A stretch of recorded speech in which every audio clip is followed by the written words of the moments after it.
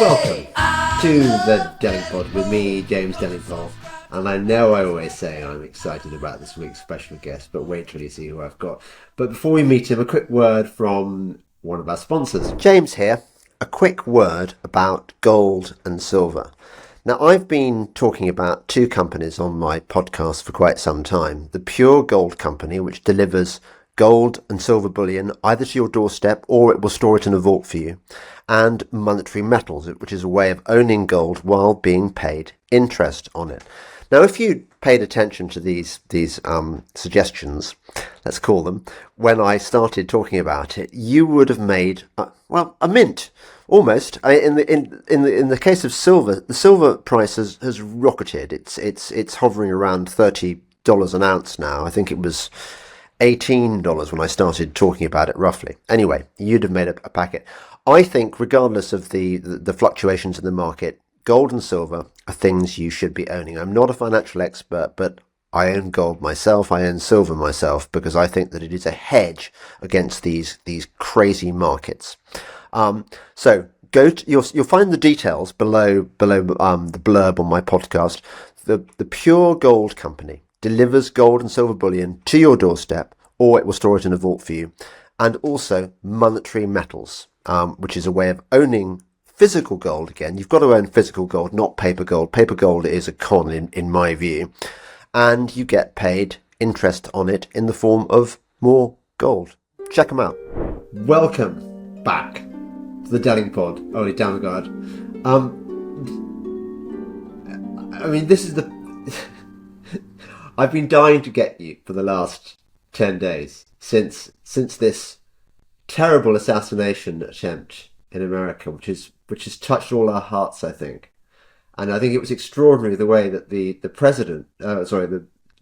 soon-to-be President Trump managed to escape from his security cordon and just pump the air with his fist and show that he'd survived this amazing thing.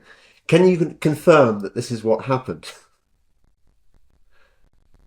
I wasn't there, so I can't confirm anything. I can.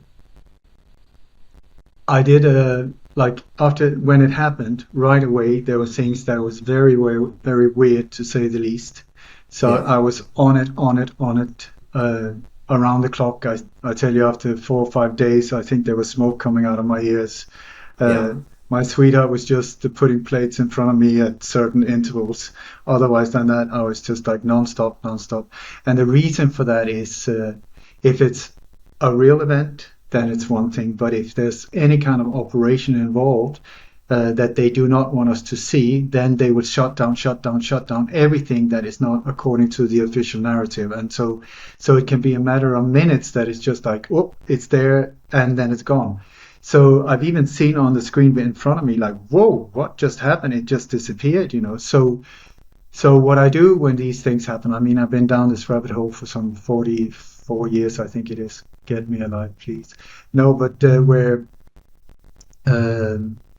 it's a matter of just download, because when you get back, like if you go back, I saw that yesterday. I tell you, so many times, if you try to go back, it won't be there. I did a few days ago. I did an image search on both Bing and Google, looking for Trump's bloody ear. His ear. There was one. There should have been like thousands, you would think, of the same or different angles or whatever that different websites had published. There was only one. So what I did was after 1 week, I did a live webinar, and in that webinar, I presented a very, very detailed PowerPoint presentation, which, if you wouldn't mind, it's on lightonconspiracies.com. Light on Conspiracies, plural. There's so many of them. So on that, there's a webinar there where you can download the recording. So it's easier for you to follow what I'm going to talk about today, so you can see for yourself. Because for me, it's not important to be right. For me, it's important to find out what happened. Because it's one thing. Was there an attempt on the president's life that failed? Okay, in that case, somebody is behind that attempt that wants him out of the way. That's one. Then two, uh, was it the Secret Service? We're being told that it was the Secret Service was somehow involved because they sort of was just not there. So was that what happened? Was it the young shooter that we now are being told that he had all kinds of connections with FBI and billionaires? And by the way, there's like now it seems like it was not the right one they took first. It was there's a new identity now. There's a third one because the first one is suddenly alive, and we see that suddenly he's part of the transgender agenda as well. So it's like okay. We're being told that the Secret Service agents up on stage, there suddenly Secret Service steps forward and say, no, they're not our agents. And so I have from other sources that actually they seem to be from Homeland Security, even though Trump was saying, oh, I'm so grateful for the Secret Service. And so on. So a lot of strange things. And we're like, now, was there one shooter? Was there two shooters? Were there three shooters? Were all of these? I mean, as far as I see, more or less everyone is looking into this from a point of view that there was an assassination attempt on the president's life. Oh no, sorry, the Donald Trump's life. But I tell you, what can I say? What I found is a completely different version of what I believe is the real truth, because I would point out a lot of things so you can, and also once again, please check out the recording so you see the PowerPoint. It's a very detailed. So if it's okay with you, James, I would just like to break it down step by step by step. Would that work? Yeah, that'd be great. Okay, so there was one man that I really admired. His name was Fletcher Prouty. He's the guy that is portrayed as Mr. X in the JFK movie by Oliver Stone. He was working in the Pentagon and in Black Ops during the 50s and early 60s. And when he was the guy that they sent to the South Pole so that he would be out of the way because he had morals, high morals.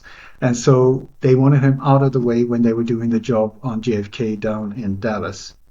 So he is the guy who they sent to the South Pole and came back and started seeing, oh my God, this is one of our operations. And at that point, and a year later, he became a whistleblower. He got out and became a whistleblower. And I've learned so much from this guy because he has, in such detail, described how they do these things.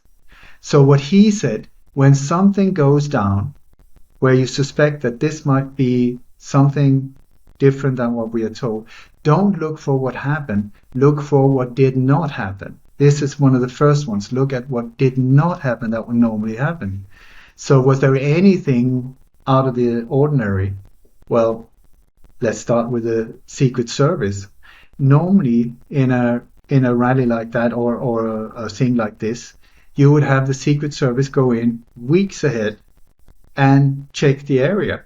The location would be handpicked from a security point of view, handpicked so as easy as possible to control, because for the Secret Service, they had to look in a 360-degree thing for security.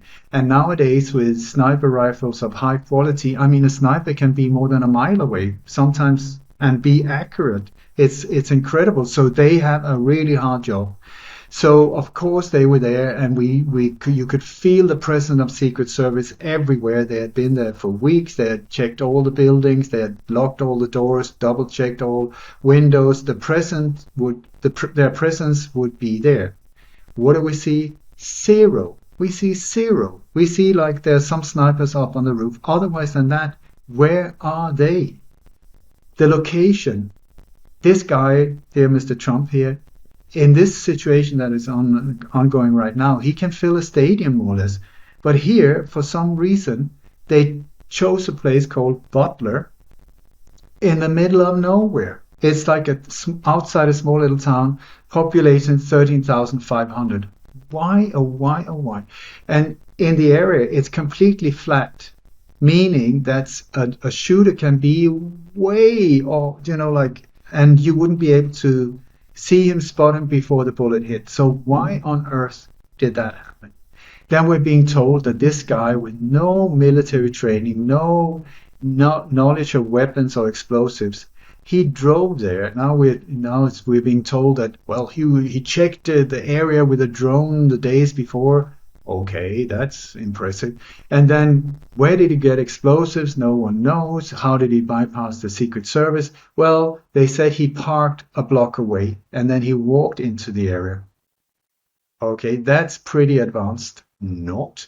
And so he just happened to have a ladder. Did he bring it with him? Nobody knows where the ladder came from. And then he got up on the building closest to the stage. I mean, that's 134 meters. That's like 450 feet or something like that. What? Yeah. And so he managed to get up there. It just turned out that that building was actually, the local police had that as their sort of headquarters. So he was on top of their office for that operation. Even a police officer went up, saw him, and said, "Oh my God, we need to do something." Did not shoot, did not do anything, did not warn or anything like that, but went down again and let him fire his shots. So is that possible? Anything is possible, but it's like, but now they say, no, we stopped him. They stopped him when he entered into the area and they checked him. And what did they find? They found equipment for measuring distance that shooters have, snipers that are measuring things. So, but of course, we let him through. I mean, why would they even bother? So that's pretty impressive. Not. Okay, so that's number one. Also, please know, if this would be a so-called operation, then it would be a psychological operation where there's a lot of subliminal things involved also, and a lot of red herrings, a lot of distractions that are built in as part of it. It's multi-layered, so that as soon as when they say go or fire or whatever the name of the game is in this operation, from that point on, their main focus is the outlet of information, to get the official narrative out there as soon as they can, so that they can fully control it. And at the same time, start with their red herrings. So instead of saying, pointing into what could be the cause for this whole operation, it's a matter of look over there. Was there one shooter? Was there two shooters? Was there three shooters? Was it this shooter? No, suddenly he had another name. No, suddenly he didn't even look like himself. Then he's suddenly alive. And then he's like, is that what? And with connection, all kinds of connections there, and he was there and there. All of these things that most of the world now is focused on, because so many people are aware of something strange happened. But where are they looking? They're just following the red herrings. Exactly what is being planned. So was it the Secret Service? And the Secret Service, the chief of the Secret Service, I love the way they choose the names, Cheat Lee, or I've seen her spelling also Cheat Lie. That's a nice name for you. And she used to work for Donald Rumsfeld and these guys at 9/11. We're going to come back to the recycling of possible, the usual suspect, these type of individuals. So I'm just pointing out. So she's like under a lot of pressure now. I'm sure she's being well rewarded in the end. But anyway, so she's under pressure because how could the Secret Service make such a mess out of it? It's unbelievable.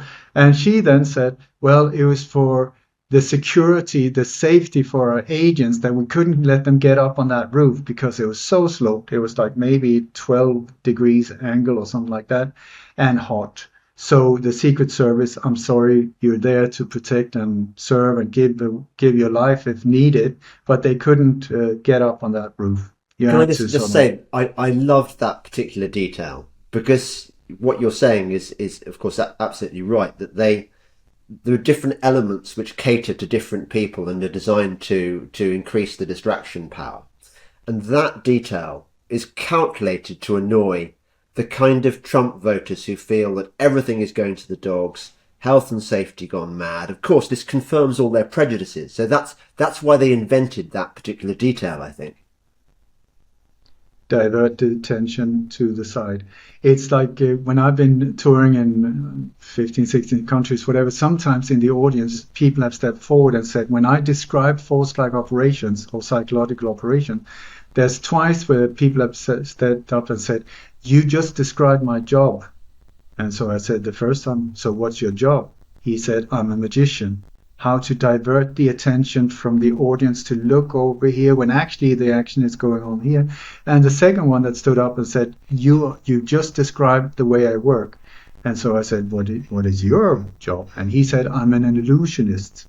It's the exact same thing. You play with the mind games and all of these distractions and look over here when actually it's going on behind the back. So, where to start? So anyway, we're being told that Donald Trump was at this rally. Also, the name Butler, I think that is an interesting name also, because very often, if these are psychological operations, there would be a reason for the location and for the date and for numbers and nationalities of the alleged victims. There would be reasons for many of these ones. Also here we have the guy that they claim did this incredible stunt, and like the Secret Service had no clue. This is a guy, what is he, 20 years old? He's still in diapers more or less, but he could just outsmart them. Unbelievable. Anyway, so he's Thomas Matthew. It's almost like in the Bible. Thomas Matthew Crooks. Crooks, really. These are the type of in-your-face subliminal, where they just like her name's Cheat Lee. Here we have Crooks. I'm going to come back to these names because they many times, it's in your face, I tell you. And sometimes with sexual aspects also, that they really sort of put it in our face to, I think it's the law of karma. I think we've spoken about that before, that the people behind these operations are very, very aware and scared of the consequences of the law of karma. What you do comes back to you. So the way they reason, I have that from an insider, is that if they show us even in subtle ways what they're going to do, and we don't react, we're just like completely in our own, I don't know, then indirectly we consent, and then the bad karma's on our shoulders, not theirs. So they deliberately put these things for their own selfish purpose, for the law of karma to lift off their shoulder and land on ours. So it's not because they're stupid, it's not because they're clumsy, it's for selfish reasons, okay? Anyway, so we're being told that Donald Trump was standing on stage, and the thing that right away got to me was, like, we had the video footage of him on stage. You've seen it, I'm sure. Look at the sky. I always look at the sky, at the shadows and so on, because when they do these type of operations, it is very time consuming sometimes, and they had to like spend 1 day, 2 days, 3 days. So sometimes when, that's what I'm saying, well, I've been saying this for years, there will never ever be an alleged false flag or terror attack on a rainy day. Never ever. Or a very cloudy day. Never ever, because it will be a clear sky, so that they can mix the footage from the drill that is normally there before. There's a security drill that is standard procedure where they go through everything, they rehearse, they clear the area for our protection, and then they do all of the high quality footage, these images that are spread all over the world in 4K, whatever it's called nowadays, super crisp. And all the videos also is filmed during the drill, and then when they go live the day after with a very similar sky, this is why they need the sky to be the same, then they can blend the two. So when we get like, oh, live footage from London Bridge, I don't think so. It is live footage, yes, and mixed with from the drill, so that they can exactly deliver but we're being told this is just happening right now. Well, I tell you, many times it's not. And how do I know? Because of how the shadows are changing. Like, one photo, the tree is like that, and then the shadow suddenly is like this, and these type of things. So for geeks like myself, it's details. So we have that video footage of Trump, and he's standing there. It's the sun. If you look at the colors in the crowd, it's like the lighting is good. It's not that it's sort of like dimmed or low contrast. It's good. How is the sky? It's dark gray. Okay, so boom, the shots are fired, and then we have all of these iconic photos. Like, my God, it's almost like movie posters or Pulitzer Prize winning award, blah, blah, blah, shots, one after the other, straight from the Matrix, like a movie poster. How on earth? Well, that's really lucky for you. What is the sky like? It's crisp blue. It is completely incredibly blue background. And then we have, when they start interviewing the witnesses, so what happened? What happened? Look at the background. Now suddenly it's really clouded with big, big clouds. It's not the same day. So we have deep back to the official narrative. I'm going to come back to the photos and who took them and how they took them and so on. Anyway, so we're being told that this young guy fired a shot, at least one, and it passed right by Dear. Thank God that Dear Donald turned his head right at the time, so conveniently, so we could not see what happened on his right side of the head. He moved away from the camera, boom, and then the shots were fired. And it missed him. It was so close that it took his ear. According to the doctor's press conference, he said that it was a 2 centimeter hole in diameter and with a lot of swelling. I don't know how big ears you got, James, but two centimeter diameter, that is a pretty, noticeable wound. And this part of the body is actually one of the body parts that bleeds the easiest. In Denmark, when I grew up there, they even, if you went to the doctor to take a blood test, they took it in the, what do you call this one, the ear nib or whatever, because it bleeds so easily and it's painless. So this is a place that bleeds easily.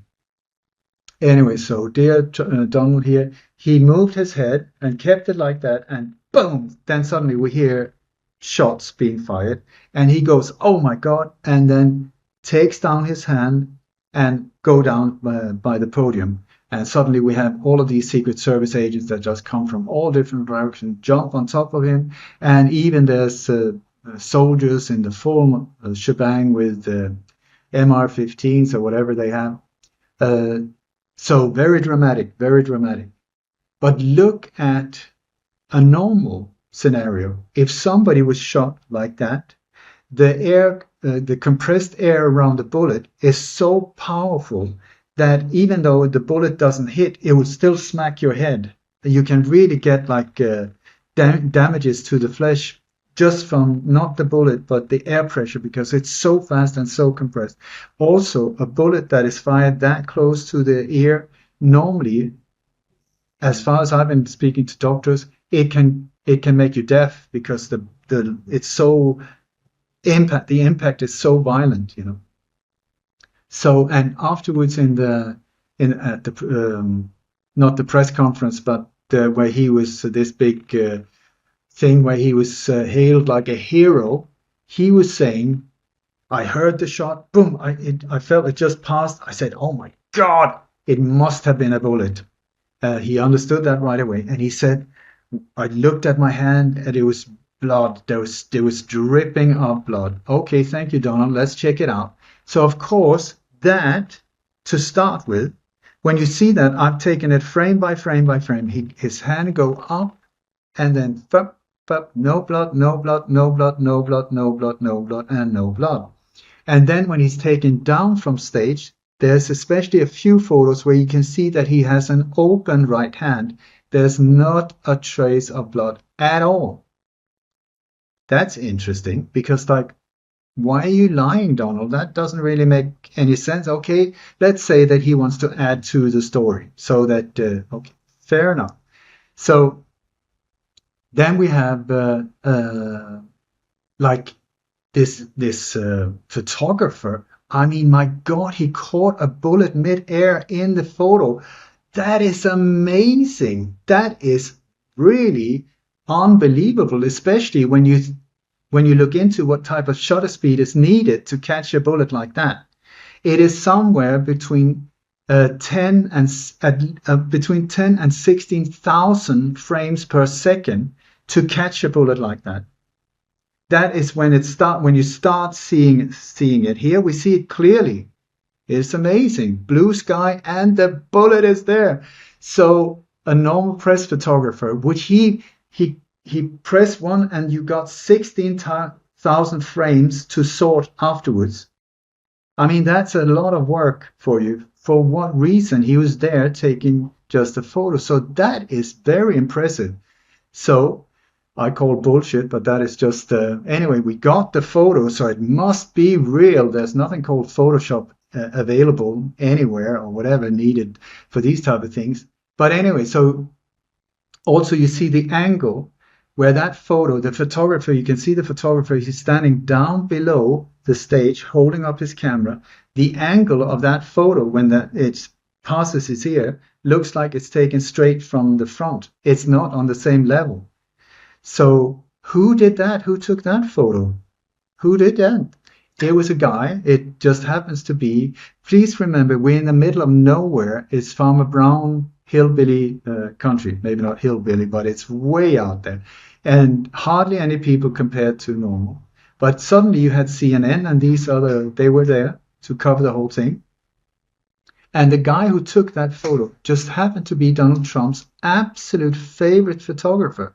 It's even on CNN News that he did before that this guy, his name is Doug Mills. He's this prize award-winning photographer, Pulitzer Prize, whatever he was given for these different photos. He just happened to be the one that took that. So that was really lucky. Do you know another sort of like historical photo he took?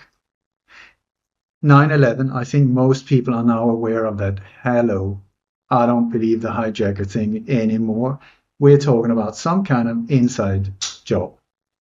And with the Bushes very deeply involved. They're in the whole setup, and also with Marvin Bush, who was he was head of the security for the building. And you have the young boy, George Bush, and Senior, all of them involved. Senior was with the Bin Laden family sitting having breakfast. And then we have Boy George, who was a sitting president at the time. He was in Florida at a school class, and he was sitting listening to these school children who was being taught by a teacher to read out words loud. And very, very conveniently, I mean, that day, the words that they read out was like plane, steal, hit, and there was another one. Okay, and then plane, steal, hit. No. So the president's advisor comes and whispers in his eye, "Dear Mr. President, America is under attack." And that exact second, there was a photo taken. This photo is one of the most iconic photos from 9/11. Who took it? Well, it was just Doug Mills. So two of the photos that will be the most historical photos was taken by him. That's handy. It's when you look at it from outside, if there should be any kind of foul play, you would use the same players again and again and again. So we look also, you got this photo taken from below the stairs. When you look up and he's like, and with the American flag behind him, that is an amazing photo. I mean, my God, I couldn't even have made it better in a photo studio. That is iconic. Let's put it on the New York Times front page. There you go. It's going to win awards and all kinds of stuff like that. Amazing, amazing. So we look at the flag. Where was the flag? If you look at the video footage, there are no flags around at all. That flag is a massive big flag that is put up. It's held from two sort of like cranes with telescopic, like, and then they have this flag hanging like that. I've checked that flag, and it's behind the scenes. No, from nowhere can it be seen from that angle where the photographer took the photo, which was from underneath the stairs on the right-hand side of the stage seen from the front. In that angle, there's no flag behind him. So how did that flag happen to just be there? And by the way, have you noticed how closely it looks like the Iwo Jima historical photo of the end of the Second World War, where the soldiers raised this American flag like the sign of victory. That's amazing. By the way, that is a stage photo as well, because when it happened, there was no photographer. So they just had to take them, all the soldiers, up the next day. And so the photographer arranged the whole thing and took the photo. Historical photos, statues, and all kinds of stuff made from that photo, not real. So also we have that, from the French Revolution, very similar photo with the woman and the flag in the background. You also got a very similar from 9/11, flag in the background, firefighters standing like that. So could it be that there's some weird thing going on here, maybe like a psychological operation? I'm just asking because. So let's look at the Secret Service. The Secret Service, of course, as soon as the shot were fired, they jumped on top of him. And then they were on behind the podium for like at least a minute or something like that, holding him down and really covering him with their body. It was amazing. They hit him so hard that he lost his shoe. The only thing he cares about is the shoe. Get me my shoes, get my shoes, get my shoes. I don't know, James, have we done shows about the shoes that they leave on all? Yeah. You've mentioned shoes, yeah, but I think we should go back to it. Okay, so the shoes have been a global fear mind control trigger since at least the alleged Holocaust and onwards. From where the way it works is that for instance, when you break down people for use as MKUltra assets, what they do is they torture them, they put them through very traumatic events. But what will happen when somebody is in too much pain and too much horror, the personality just can't take it. So sometimes a second personality appears. They found out this in the 40s and 50s, the CIA and other agencies, that you could suddenly create a sort of a new personality, that if you could access that one, you could get this personality to do horrible stuff without personality number one even knowing about it. But what they needed was a trigger, something that could trigger a traumatic trigger that would go boom and then go into this one. So what they did, I had this from my late friend Cody Snodgrass, who was a black op for more than 20 years and so on. He said that what they did was, when they were breaking down these individuals, poor buggers, but they had like maybe the same song going in the background all the time. Mary Had a Little Lamb or something like that, or a symbol or a specific wording, the eagle has fallen or something like that, or an item. And then the more they tortured this individual, and they kept doing it, in the end, just seeing the trigger, seeing the items or hearing the song was enough to get this person to trigger into the traumatic trigger, activated the personality number two. You've seen it in many, many movies, like Mission Impossible, and like maybe there's a car mechanic, he just has an ordinary job, everything is okay. The phone rings, he picks it up, he hears Mary Has a Little Lamb, suddenly he goes into, and he just changes mode and becomes like this super killer. That it was the trigger. So over the years, because I've looked into thousands of these alleged terror attacks and alleged mass shootings and top political assassination, I have bumped into shoes everywhere. They're just lying around. These shoes are just lying there, and it doesn't make any sense, because you see the alleged victims, all of them have shoes. So that shoe there, where did that come from? One of my favorite one is, if you go to Google Images and you look at Dayton, Ohio mass shooting, that was one, I love that one because it's so describing. We're being told that a lot of people were shot and killed in a parking lot in the US, in Dayton, Ohio. And so the police cordoned the whole thing up. And the image, what it shows you, is like 29 pair of sneakers, new sneakers, and just in a big pile. Please, James, please enlighten me. Tell me what happened. where did the victims go? Where did they vaporize? Were they hit with some kind of ultra modern weapon? Or anyone that can explain that to me in a logical way, please email me. So anyway, uh, what Cody said was that the way he thinks that this has been going on, at least from the Holocaust and onwards, is that because of the Holocaust, we've been told that look at this mountain of shoes. That is proof that 1 million people died or something like that. But when you look from a forensic point of view, no, it is proof that somebody put a pile of shoes over there. That's what it proves, nothing else. But in every single war that's been since that, the Vietnam War, the Korean War, the Six-Day War, the Balkan War, all of it, we have these big piles of shoes. I mean, in the Six-Day War, out in the middle of the desert, they say that the Egyptian soldiers got so scared from the power of the Israeli army, that they left their boots in the desert and ran home. I tell you, I've been to the Sinai Desert, I've been in the Middle East. The last thing you do is take off your boots, I tell you that, because your feet will be bacon within 30 seconds. It will just go zzz and ready to be served. So what Cody said was that he thinks that the shoes, the reason they leave these shoes is because first, if you keep repeating it over decades, you have this thing, death and then the shoe, death and the shoe, death and the shoe, death and the shoe, death and the shoe. And so the shoe becomes like a trigger.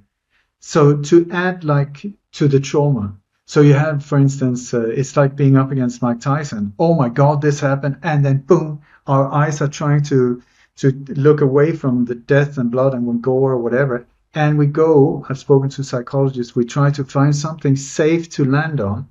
So the eyes goes to something familiar, the shoe, and then you get a secondary smack when it comes to fear triggering. So I have been pointing out this in hundreds of interviews on my website, lightonconspiracies.com. That's my radio voice.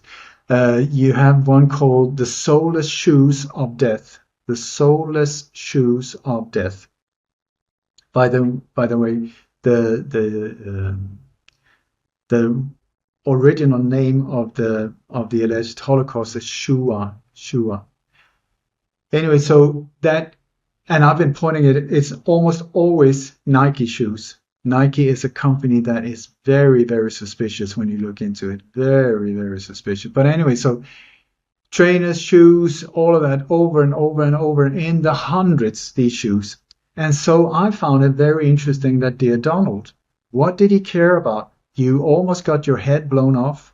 What do you care about? Let me get my shoes. Has anyone ever seen him do a speech without shoes on?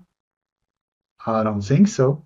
But the only thing he says after the shot is not like, am I okay? Is anyone else hit like Robert Kennedy? He asked about somebody else. Is everybody else okay, even though he had been shot to the head? Donald Trump, get me my shoes, 3 times. Get me my shoes. Get me my shoes. And then we have these iconic photos of his shoe on stage. One shoe left. Even though when you look at the video footage from behind the stage, you can see that there's one female Secret Service agent that kicks these shoes off stage before they take them down. So where did that photo come with the shoe left there? That's a bit strange. I wonder what it could be. So the shoes have been there as well. And then you have, like, for instance, the Las Vegas mass shooting. What was the symbol for that mass shooting? It was a pair of cowboy boots with the American flag on. So that image just was spread all over the world. Look at that. My God. It's almost like it was a psychological operation with the American flag there. So, but that spread all over the place. New York Times, when the Las Vegas shooting happened, the biggest mass shooting ever in the US, we're being told. What was the photo on the front page? It was a shoe and a puddle of blood. It is not by coincidence, I tell you. And look at Wag the Dog. Very, very important movie. And the shoe is so central in the whole thing. Shoe, even the hero they try to bring back, and they always need heroes. They bring in Woody Harrelson's character, and they say we need someone with a name that is close to Shoe. So I think his name is Schumacher or something like that in the movie. And then Willie Nelson comes in and he makes like a propaganda song, and it's called My Old Shoe. They're telling us over and over again, these shoes, these shoes, these shoes. So we have one photographer that was incredibly lucky that day. Her name is Annie, and here it comes Moneymaker. When you play on words, Annie Moneymaker. And she took some incredible photos of Donald Trump down, it's a close up, with that takes quite a lens, a very strong lens to take that, but she did it. And when you check her out, she's like, I think maybe 17 years old, spots in her face. She's got her own page. And what did she make? She was studying film and movie history or something like that. So that's very handy. So this Miss Moneymaker, she just happened to take another photo that's interesting, I think, because we have this Secret Service guy who's taken straight out of the Matrix, the agents. Okay, so this guy, he throws himself over three people that are lying next to the stage. So he's covering them with his body. That is very brave. Look at the people in the crowd. They're sitting there completely calm, playing with their belly buttons, not worrying about a thing at all. And then you got the Secret Service agent on top of three people. Who are these three people? Was it sort of Donald Trump's kids, or why are the crowd not affected? But if you look at the woman he's on top of, she has a pair of cowboy boots with the American flag on, which is just happened to be in that photo. I mean, my God, it's almost like it's more than a coincidence. I don't know. So, do you want me to go on and on and on and on? Well, yeah, I mean, it's all interesting. I mean, so all the things we've been talking about, really, you don't want to talk about because they're all distractions and they're all fake. You're focusing on the stuff that we're not seeing. I'm happy to talk about them. You let's take dear Matthew Thomas Crooks.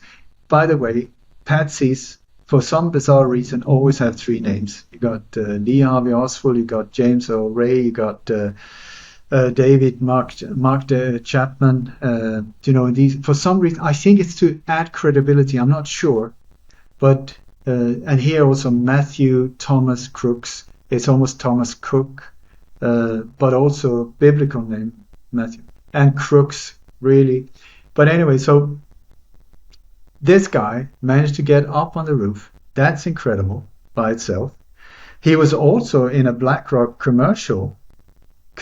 BlackRock is a company that is interesting. So he just happened to be in this commercial. He's the only individual in this, 1 minute or 30-second commercial about teachers in Pennsylvania.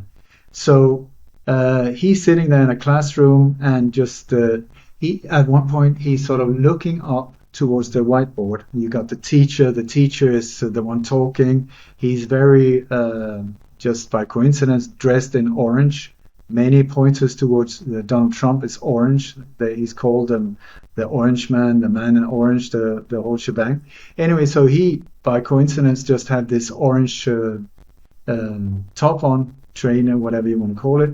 And so in that BlackRock commercial, you have, I look at everything. You have the American flag in the background, but also on the whiteboard, what does it say? It says Unit 3. Look right on top of the head of the teacher. Look where this shooter, is looking. His line of eyes is straight up to where it says Unit 3. In school, I never ever remember that the teacher would write Unit 3. What is that? Mathematics, or is it philosophy? Is it Unit 3? It sounds to me like either a military unit or a unit of something, a part of something. So if you look at, I'm speculating now, but I'm telling you. So the building itself, where we're being told that the shooter is, the company is a recycling glass company called AGX or something like, I think AGX. And I've been down checking out the whole building on Google Maps and so on, and there's 9 entrances around this whole thing.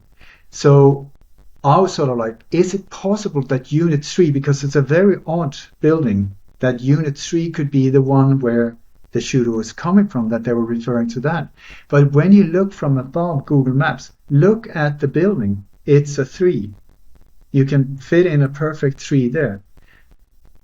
So coincidence could be, is it possible, once again, that they're telling us indirectly to avoid the law of karma, that they're pointing these things out. And then they've done it really sophisticated, because when these things happen, one of the reasons they happen on a Friday most of the time, this was on a Saturday, but on a Friday, is that boom, somebody is killed, or anyone that has some insider information that knows it's going to go down can make an absolute killing, literally.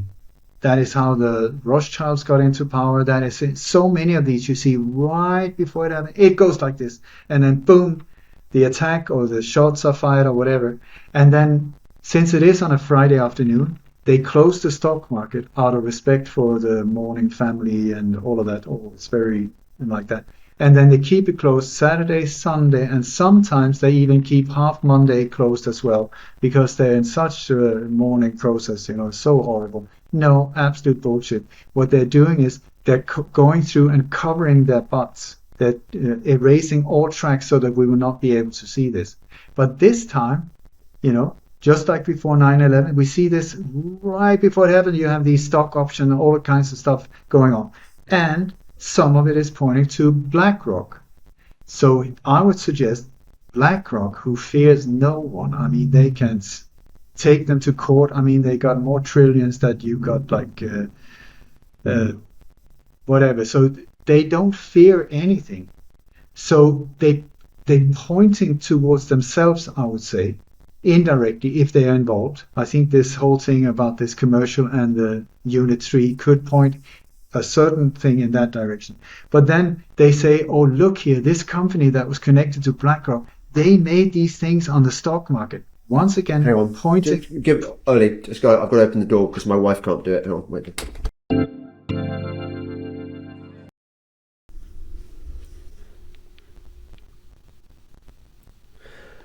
Sorry about that. Is it your hypothesis? Because I remember this detail coming up in the chat after the event.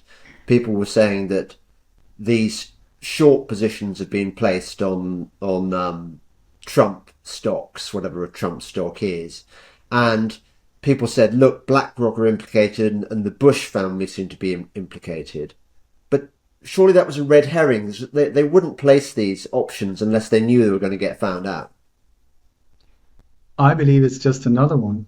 Point is the Secret Service. No, it's this. It makes us discuss and go into, no, I know best and you don't understand the bigger picture.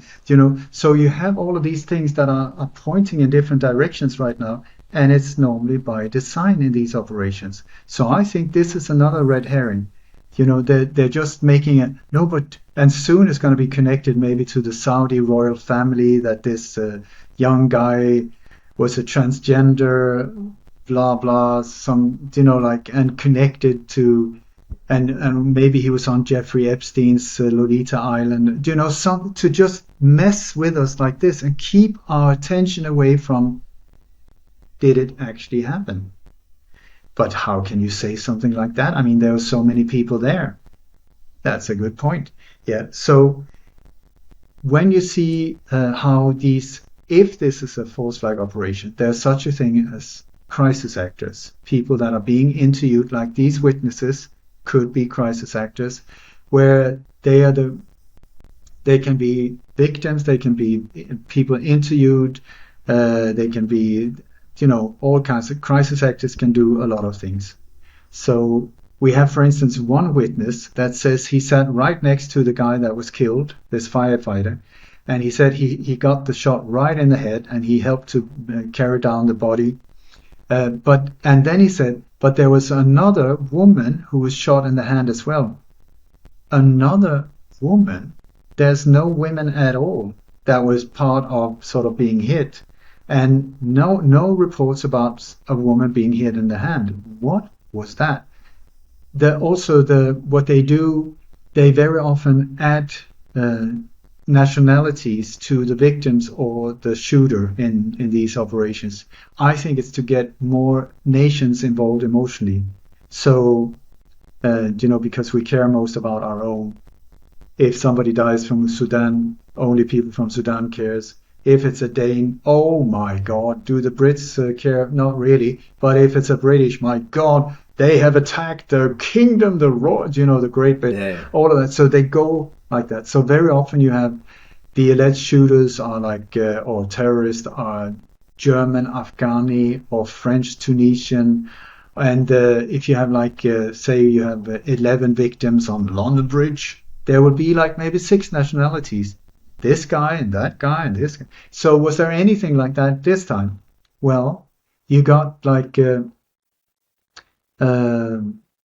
of the guys that was only wounded. His name was David Dutch, okay, and he was dressed in the American flag.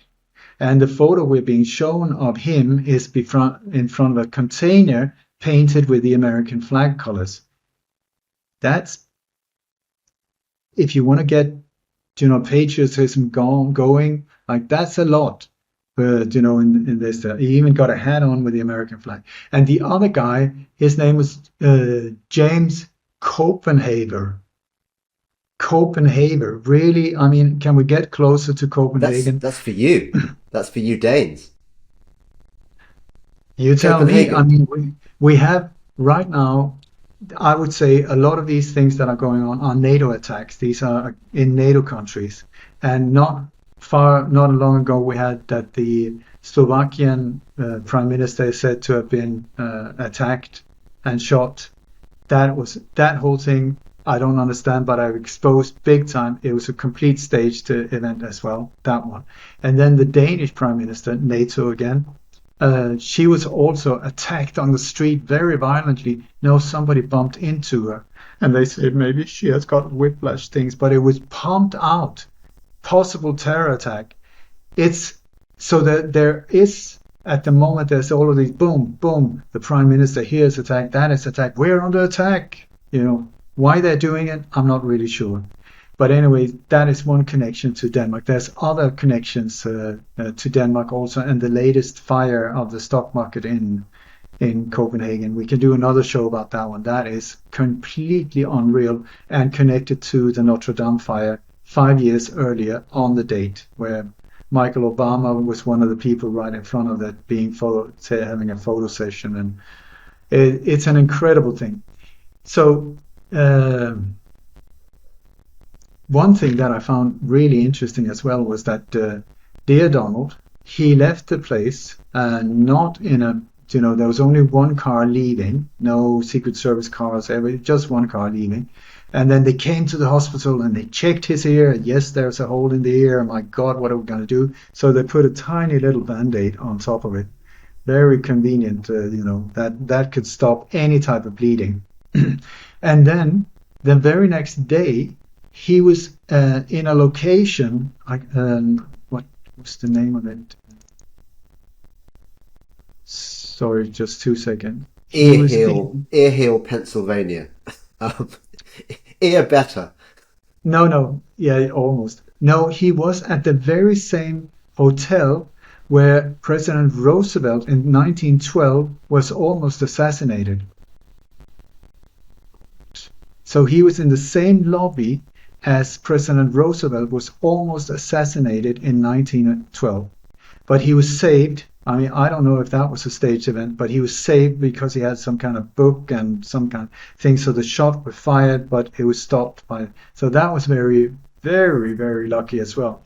But what are the chances that you go from one place that is direct? I mean, the thing was, if he had continued to Dallas, Texas, that would have just been too much. But yes, otherwise than that, Dealey Plaza, he could have gone. Dealey Plaza. But there is a direct connection with Dealey Plaza as well, because when you look at, they say that the shot was fired at him, and thank God he just turned his head. It was a miracle. It's a miracle.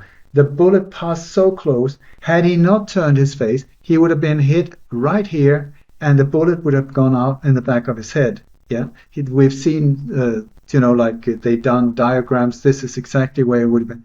Do you know where Kennedy was hit? The final headshot. Exactly that angle. Not almost, exactly that angle.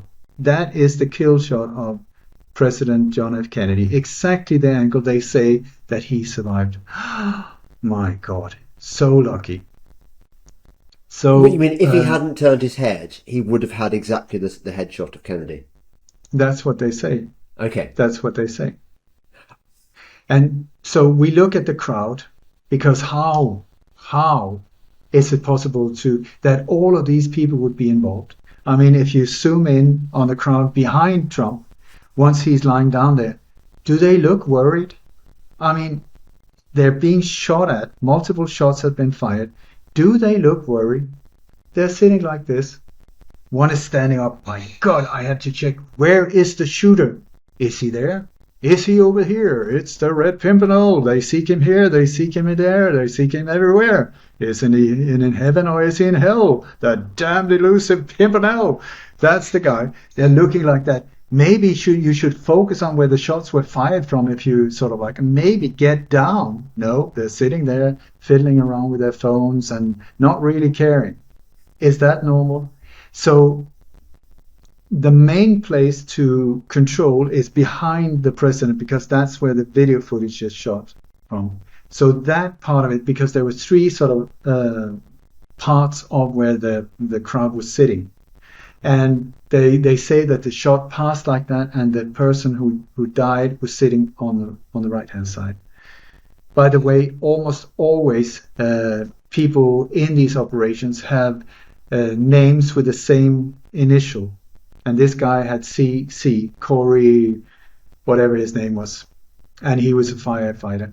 By the way, when you want heroes, you go for firefighters in the States. Yeah. Firefighters, because you got like the iconic photo from the Oklahoma City bombing, the firefighter with a baby blown up. Yeah. Then you have the 9/11 firefighters. And then you have this guy. And in many other countries as well, the firefighters, they look really good as strippers as well. It's a really good like this. Am I really horrible to this guy? I tell you, the CIA and these agencies, they make what is called legends.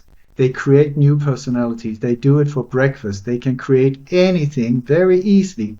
You know, where you got like phone bills and electrical bills and that they're in different archives and stuff like that. But it goes very short. When you look into these individuals, there would be like a month or two going backwards, and then there's nothing. And here we have another guy like that. So I completely doubt that this guy is real. I would suggest many times these are phantom identities created out of nothing. And so CC is the third letter of the alphabet, and in numerology that is 33. This is a number they love. They have it all the time, the 33. And then you have another numerology is that when Trump was taken off stage, he was brave enough, and the Secret Service was so useless enough that they let him show his head. My God, come on. He's just been shot at. That could be a secondary shooter. What the hell is going on? But he's like, and what does he say? Fight, fight, fight. Yeah. Okay, so fight, fight, fight is been used several times before. It's a really good slogan, by the way. And do you know what? He has a company selling Trump sneakers, golden sneakers and other golf sneakers and stuff. And they just happen to have a model with that iconic photo, him standing like that, and then the words fight, fight, fight printed on them. It's a limited number, and he will make about $1.5 million when that's sold. So, whoa, fast production, I must say, because as far as I know, they were almost available after the gun smoke lifted from the stage. And fight, fight, fight. F is the sixth letter in the alphabet. What does that get you? 666. Yeah. So, oh my God, it just goes on and on. So what about the crowd? How can you say some things like that? There were hundreds of people that were there that must have seen something. Have you noticed how few videos we see? I mean, how many people take photos of their hamburger and put on Facebook? This is a rally with a possible president of the United States. It's Donald Trump. Would you not put your camera up there? There's a handful, which is standard in these operations. You never see, you have like 3, 4 different angles. That's it. All the rest of them, sorry, they forgot their phones at home. So anyway, there's a special company called Crowds on Demand, because nowadays terror is big business. Terror, anti-terror, scare the living bejesus out of me, will pay for protection type of operations. They need crisis actors, they need all of that for NATO operations and many others, but also for so-called false flag operations. So one of the companies that I've come across when I've looked into these things is a company called crowdsondemand.com. And Crowds on Demand is a company that specializes in delivering crowds. What do you need? Like, do you need 20 people, 200, 1,000? We will supply it. We can fly them anywhere in the world, Crowds on Demand, at your service. And they can even help you with a script. Do you want to make a rally, pro-abortion, anti-abortion, pro Black Lives Matters, anti, do you want KKK, do you want help, we can fix the script for you as well. We will supply everything for you, crowdsondemand.com, and there you go. So look at that website for, and they claim to have done thousands of jobs. Have you ever heard of them? But have you seen crowds in many different areas? Yes, we've seen a lot of crowds. But so they say, if you're a failed pop star and you want sort of like photos taken of or the crowd screaming outside to amp up your popularity, Crowds on Demand, that's your guy. If you want paparazzis, if you want to feel like a film star for a day, Crowds on Demand. If you want a massive big rally, thousands of people, Crowds on Demand. And everybody signs a non-disclosure agreement. They're paid, they shut up because they can get sued from here to the moon. And if they do not shut up, they can very easily not live long. So we had the Charlottesville car attack. That was Crowds on Demand. There were 5 buses coming where you had people in the crowd. These 5, I have witnesses that saw them when they left the buses. They went in and had breakfast together. So there were people in KKK t-shirts. There were people Black Lives Matters. There were Antifa. There were all of them sitting having a nice breakfast together, enjoying themselves. And then they were handed posters and all of these things and sticks and whatever. And then they left the restaurant and action. Let's fight and boom and hit each other and do stuff like that in front of the cameras and then had lunch. So yeah, you can also, nowadays you can rent what is called kappa cadavers, which is, or sim bodies, like looks dead. They look very, very realistic nowadays. Dead bodies, they can even move. Like there's things in them, so they look, I've been blown to pieces. But also you got like amputee, they're called amp spec or something like that, where you rent people that are missing a limb. So if you need sort of like something that, there was an explosion and look at that horror, they blew his arm off, they blew his leg off. So they use people that have had their limbs amputated or were born without legs or arms, and then they just put whatever on top of it, put some minced meat and some ketchup, and there you go, you got yourself a victim, and it looks really gross. So you can rent them as well. So that's very handy. And it's like there's so much going on with these type of things. The sky is a dead giveaway. Explain that one on its own, and I mean, you cannot. And very often they also release movies at the same time of these operations. I don't know why they do that, but there's this, I would say, very odd movie called Thine Ear Shall Bleed. It's a horror movie, and it's like the poster is like this ear, bleeding ear, and then it's been stitched together, and that was released this very year. Coincidence, possibly, but very often they have these things where I don't know why they do it, or if it's I don't know, but it's just, I look for it because it's that often that they use it. So then we have this weird blood coming from Yeah. up his chin. Okay, so he was shot here. This is a piece of the body that bleeds easily. So you should have like blood just pouring down his face. What we see is blood here, and it just stays all the way down the stairs into the car. That is what you see. It does not move at all. That's odd. I've had doctors look at it. They say, I have no idea, but that is weird. Yeah, I agree. And then we have these like it's like a V almost coming up like Yeah. that. So when you look at how that is, that doesn't run down either. Even though if he's been down there and they've been jumping on top of him, maybe it's been dripping, then it would be dripping this way. Can we agree on that?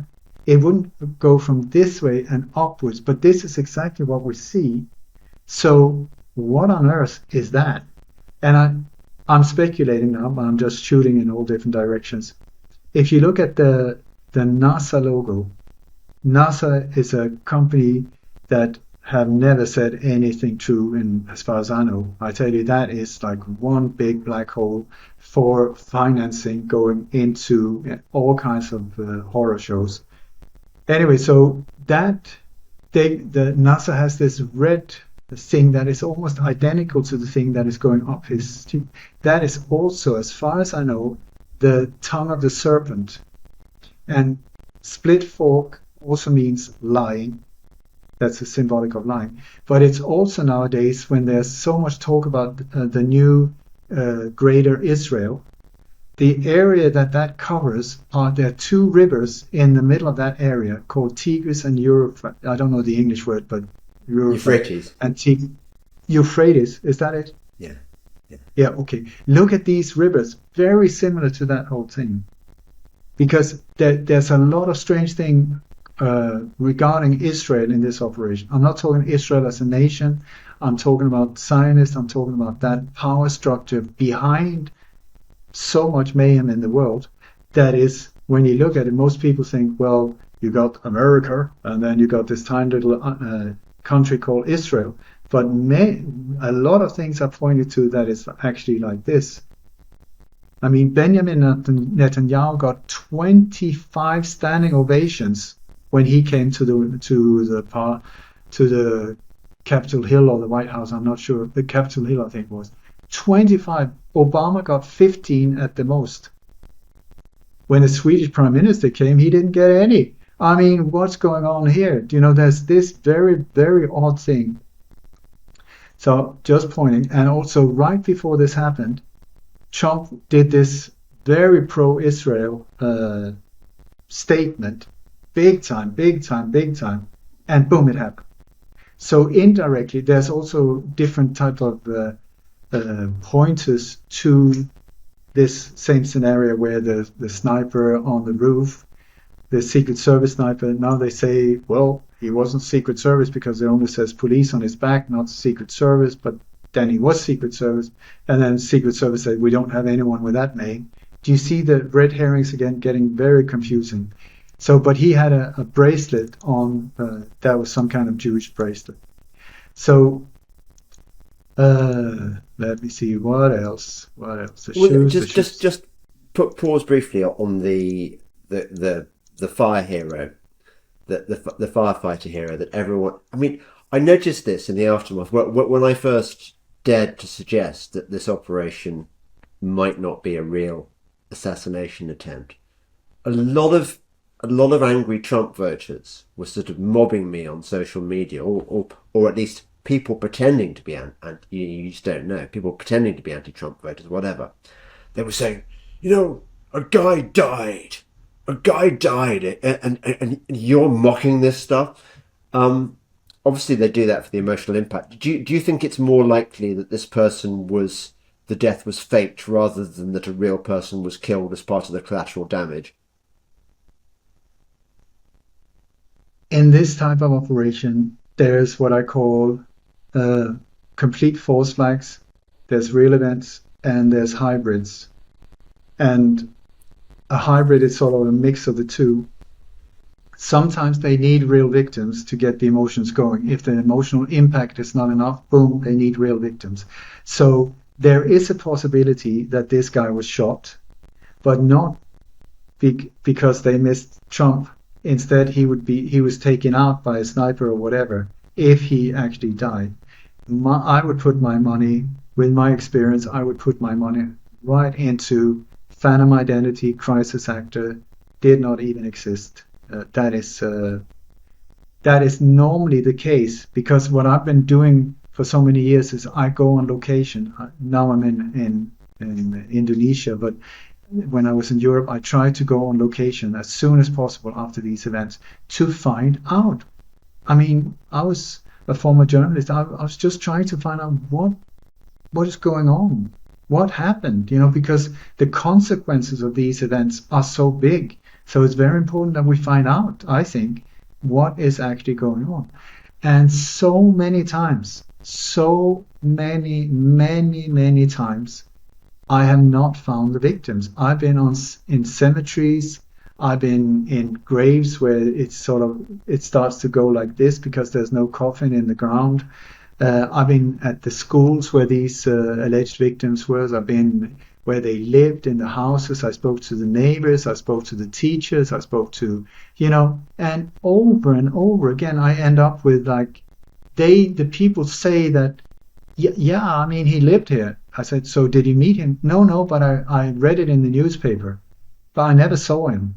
So you were his neighbor, but you never saw him. No, I never saw him, but I know that he lived here because I read it in the newspaper. Do you see? So it's so easy. And so you have to go on location to the school, find out exactly, okay, we're being told that this is where he went. We know the school. We have the BlackRock commercial. What was he there? Where, but what we're being told is so often not true. And the thing is, they don't need to convince us very long, because soon something else will happen and we will start focusing on that. This is a big operation, so there will be a major bang somewhere to distract us, saying, oh my God, whoa, what's going on?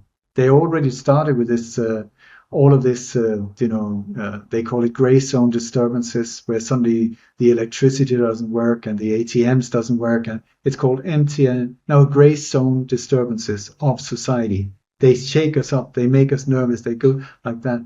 And you know what caused this whole mayhem now in airports and all? It was an Israeli company called, I kid you not, CrowdStrike. I mean, CrowdStrike, really? You're some kind of computer security company? CrowdStrike, thank you for telling us. I mean, do you normally handpick a name? What should we call ourselves? It must be something that really shows what we stand for. CrowdStrike, that's it. CrowdStrike, yeah. And they're the ones that they say, whoa, we had a problem, we had a glitch in the system, we're very sorry, that didn't work, and that didn't work, and that didn't work, and that didn't work. I tell you. So,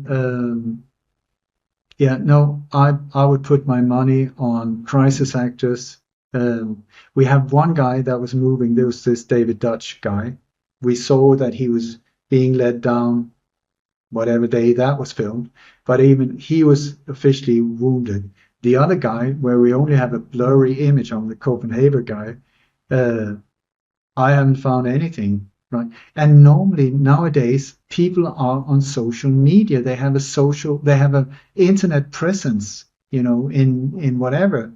But here very often, boom, boom, boom, boom, you go back a few months and suddenly, boom, they're gone. Very few friends on Facebook, and when you start checking out the friends on Facebook of these people, very often it's the same friend as another patsy from another operation, so it's like they're recycling these fake accounts, and it's part of the operation.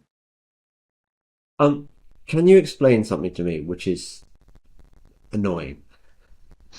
Which is that whenever I try to talk about this phenomenon to people of a normie persuasion, when I say, look, there are these crisis actors, there are quite often what I encounter, and I included this. This happened when I mentioned Sandy Hook to my wife. She said that she knew somebody in the office who definitely knew one of the families involved and knew the children. How does that? And I've had this before. Yeah, it was real because I know somebody whose family were involved. Mm. This is a very tricky one, and it's something that makes my life not so easy, because if we take Sandy Hook, I guarantee you that that did not happen. I was part of writing a book, almost 400 pages, called Nobody Died in Sandy Hook. And the school was closed before it was a FEMA drill. It had been closed for two years before the whole thing. All of it, it's like there's so many details in this book that just shows absolutely not true. Loads of crisis actors where, I mean, people that couldn't even keep like a soldier with a gun in the wrong. I mean, he was holding it upside down, and then he was the father of one of these alleged victims, and then he was together with Obama traveling around doing the anti-gun rally type of things. The Sandy Hook is a phenomenon, I think. But many years ago, I mentioned Fletcher Prouty to you before. He told the story that one time he was with Alan Dulles, the head of the CIA, and they were traveling. They were in Greece at the time. And so they were driving by this, what looked like sort of like a tourist community type of thing. And so Dulles said to Fletcher, listen, do you know what that is? And Fletcher was saying like, I don't know, holiday, I don't know, some. And Dulles said, no, all ours. All ours. We got these places all over the place. And he said, so whatever they needed, like we need a grandfather, we need his grandchildren, we need 4 dogs, we need could be activated, because all of them in that community was CIA. How many people do you know? You look at the budget for these different agencies, they're astronomical. How many people do you know from the MI6 or MI5 or CIA or NSA or the Swedish SEP or Boston, South Africa? How many do you? No one knows them. So they're anonymous, but they're there. So Sandy Hook, I think that is such a community where everybody is CIA. Everybody in that small little community is just like a community like that Alan Dulles described. So many of them were sold there. They were given houses for like $1. They were heavily rewarded. I mean, the whole setup. I've even had friends. I mean, my friend Jim Fetzer, he was sued now for $450,000 for having the nerve to say that just because there are 3 different death certificates that all say this different thing about the same little boy that still seems to be still alive, that how did he have the nerve to claim something like that? He's been there. Walter Holbig has been there, and the way they're met. I even have a friend who her son lives in Sandy Hook, and he's married to one of the police officers in Sandy Hook. She's a psychic. She went there just a few days afterwards. It was Christmas. She went there, and she can see spirits and stuff like that. She said there was nothing. There was no dead, nothing, no dead. Everybody was happy. Everybody was celebrating Christmas. So Sandy Hook itself, I can really guarantee you that did not happen. But the tricky thing is, though, when people say stuff like that, and especially women and children, that's where they go emotional. So they claim, or they do kill people sometimes, so that the deaths are real. But most of the time, not. Nowadays, in the old days, yes. Just briefly on that one, I don't want to dwell on Sandy Hook, but it seems to me that massive lawsuit, that case that was launched against Alex Jones, which he lost, that seems to me to be a pretty good tell that Alex Jones is not working for our side. that he was a patsy, if you like. That whole court case was set up to stop people asking more questions. I completely agree. I don't badmouth people normally, but Alex Jones, I trust about 0%. Complete controlled opposition, I think. A lot of very good information coming that way, but absolutely not controlled. And in this event, that whole court case was to scare the living bejesus out of people like myself. Because if Alex Jones was sued for I think it was $1 billion or something like that. Trillion. Yeah. Yeah, it was like absolutely ridiculous, and he hasn't really said anything. Feds and many of the rest of us, have been saying a lot more. But what they did was they made an example, they statued an example with Alex Jones, because he's high profile, making people in my position saying, oh my God, if they can get to Alex, then I better shut up. Yeah. That was an operation on its own, in my opinion.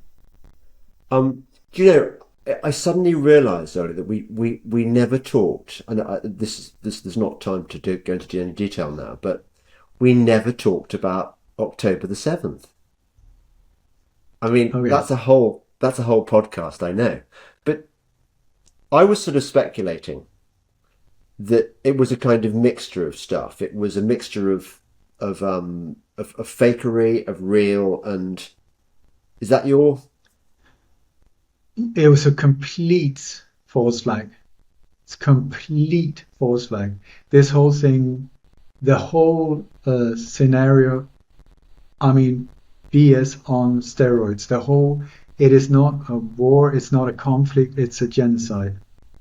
And that whole thing, the way this operation, I would be happy to do a show on that, but it's time consuming.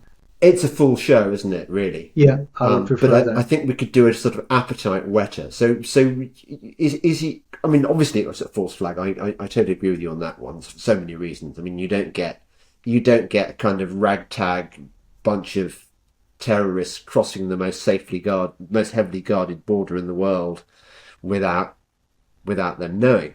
But for example, all those Israeli the ravers who were allegedly massacred at the festival, were kids massacred, or was that all? You really want to go into this? Let's do a show on it, because then I think we have to. Let's take it step by step instead. Okay. And horrible what's going on down there. But the thing is, just as a starter, Hamas was created by Israel. That is not a secret. It's an Israeli creation. So Israel has been fighting Israel so the conflict is between two Israeli sources, but where the end result is the devastation and genocide of Gaza. Yeah.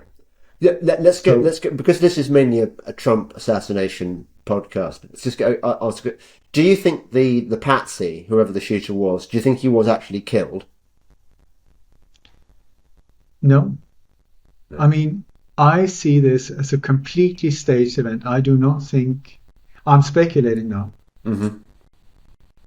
Just because we're being told by mainstream media, which is controlled by 6 owners or less in the US, that this happened on that day. How do we know that it actually happened on that day? We don't. The only ones that knows for sure was the ones that were there. And so we're being told that this young guy managed to get, for him just to get past Secret Service, up on the roof with a ladder, with a gun, all of these things. Then the sniper managed to, he's supposed to see him, and then he said, can I take him out? Can I take him out? And he's saying, stand down, stand down. Boom, boom, boom, boom, boom. Shots are fired. Then, boom, he kills him. One shot. Fair enough. Okay, so how he got on that closest roof, unbelievable, and was able to take these shots, which we are now seeing that I don't think there were any shots fired at all. Yeah, but it was on a photo. No, shutter speed 10,000 or more. Anyway, so the thing is, when you look at the photos, because we see the photos of the guy, what he looks like. We see him in the BlackRock commercial, so we know his appearance. is that the guy on top? We have this gruesome image of when he was shot, where I don't know if you've seen it, but it's like a really horrendous image of him. So when you look at it, there's next to him somebody's kneeling in a uniform. So it's on the same type of roof. So it must be him. Okay, we look at his face. It doesn't look anything like the guy we've been told that would identify it so fast, within hours. How did they identify him? Did he have ID on him? No, they did it with DNA. What? That's pretty impressive, the DNA, because that normally takes a long time to get confirmation on the DNA. And how did they know if he didn't know who he was? How could they? So apparently he was in a DNA blood register. I mean, we're talking like bullshit again here. So, but when you look at the photo of him dead, you look at it's a gruesome image. There's like blood all over his face. There's blood on his t-shirt. The blood is fresh. There's blood underneath his head. The blood is fresh. There's what I don't know what it is across his face that looks like blood, but it's cracked up. It's so dry. It's the wrong color. It comes from the ear and onwards over his face like that. It looks like somebody painted a barn and then just got splashed over the face. I've spoken to doctors and somebody working with blood analysis. She said, no idea what that is because it's not blood. Then we have the Secret Service. They were not there, but somebody managed to take a photo of him after he was shot. The body is on its own on the roof. There's nobody that has approached it yet. And the rifle is like 3-4 meters away. So he was shot and then he just threw the rifle over there. Or what? I mean, and then they said, no, it's the wrong identity. And then they show an image of somebody else that looks more like the guy on the roof. And now there's a third one. Now they say that no, Matthew Thomas Crooks is actually alive, but now he's transgender. And do you see? Can you hear it? Yes, I do. I see what they're doing there. There's another thing again. People who think that they're really savvy, who are saying, yeah, they've examined the sound of the shots, and they reckon there were 3 shooters, one using X, one using Y, and one using Z. I'm assuming that all this stuff could be who's releasing these sounds in the first place. It's who's releasing them, who's in control. This is, who did the footage? Who is giving us these pieces of bones? They're throwing it out to us, and it will be like this. So that first it was the Secret Service, now it's Black Book, then it's like this. There was one shooter, 2, and everyone I know in this community of researchers, everybody's buying it. I'm one of the few. I'm the only one. What's that about? Only because, okay, let me just give you another example of this. So I got loads of flack on Twitter for this. So there's a one woman, I won't mention her name, but she gets the vaccine, she gets all the other stuff, she knows 9/11 wasn't planned in a cave, knows the moon landings weren't real. And this woman posts a picture angrily, if you can post a picture angrily, of Trump's ear. She said, what does that show you? And I said, well, it's a blurred image of an ear. It tells me nothing. And she says, well, maybe you should get your eyes tested. And I'm thinking, who are these people? What's this all about? But this is a successful operation so far. I hope to blow it way right open, which is uncomfortable. I do not like to be in this position, but the sooner it gets out there, the better. And when people start seeing for themselves, please, once again, go to the recording on my live webinar, and you can see these PowerPoints. So it's not just me sitting here saying stuff. I'm really pointing, look there, compare these two, compare that, so you can see for yourself. And there was like, I think more than 500 people at the webinar. Blew them away. They were gobsmacked, the whole bunch. I'm coming back to, I cannot answer that one because this is an unusual, but it's almost like, Goebbels said that the bigger the lie, the easier it is for people to buy it, because if it's a small lie, people will be like, no, I see you, you're lying. But if it's this big, people, no, that can't be a lie. I mean, no, no. And here, this is a very successful operation so far because everyone I know are pointing to these. Is it one shooter, two shooters, three shooters, sound, audio analysis, what type of gun was fired, and today I was actually contacted by one of the people who were on that webinar, and he is an award-winning, actually, sound engineer from Hollywood, who's been in many, many more than, I think it was 20 or 60 of these major movies. He's retired now, but really major ones. And he was saying, thank you so much, and applauding what I've been doing and so on. So he would be one of the guys that would say bullshit, bullshit, bullshit about me if it was not true. And he said that what they normally use in films is so-called squids, which is things that spurts blood. It's like with a plate on the inside and a small little explosive with blood, so that when somebody is shot officially, boom, it looks like they're shot. But the guns that are used sometimes it looks almost like air. What do you call them? Airsoft. What do you call these? Paintball type of weapons. Do you know, like when you see somebody's running around and there's like pum pum pum around their feet, in the dust like that. It's a special rifle where they fire these things, and it makes there's no real projectile in it. And when you see, I mean, I've even got footage of one of the shooters. He's standing to the right of, and you can see. It doesn't even look like a real rifle. And then the water tower, really, I mean, that would be number one for the Secret Service to secure right away. But now we see a tiny little individual moving up around there. And then now there's a third one. The whole thing takes away the attention from a complete inside job, psychological operation preparing us for the next president, the hero. I mean, I'm not a Trump supporter. I've never listened to the guy 5 minutes in total. Never. I don't know who he is. I don't really know who he works for. I'm looking at this incident, okay?